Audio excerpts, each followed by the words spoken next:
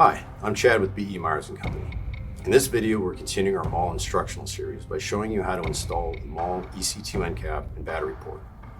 If you're changing the MAWL from right-handed to left-handed configuration, performing maintenance, or replacing a MAWL section, proper installation of the MAWL EC2 is important for zero retention.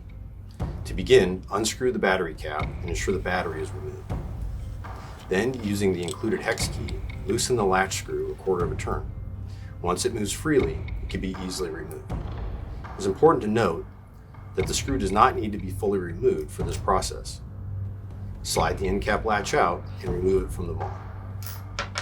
If replacing the end cap section, remove the old unit and connect the new EC2 housing to the midsection. You are now ready to install the battery cap. Insert the end cap latch, which is attached by the lanyard, and ensure it is fully seated. A good way to verify you've installed the latch correctly is to press on the latch with your thumb as you begin to rotate the screw. This will provide constant pressure against the latch as it is installed.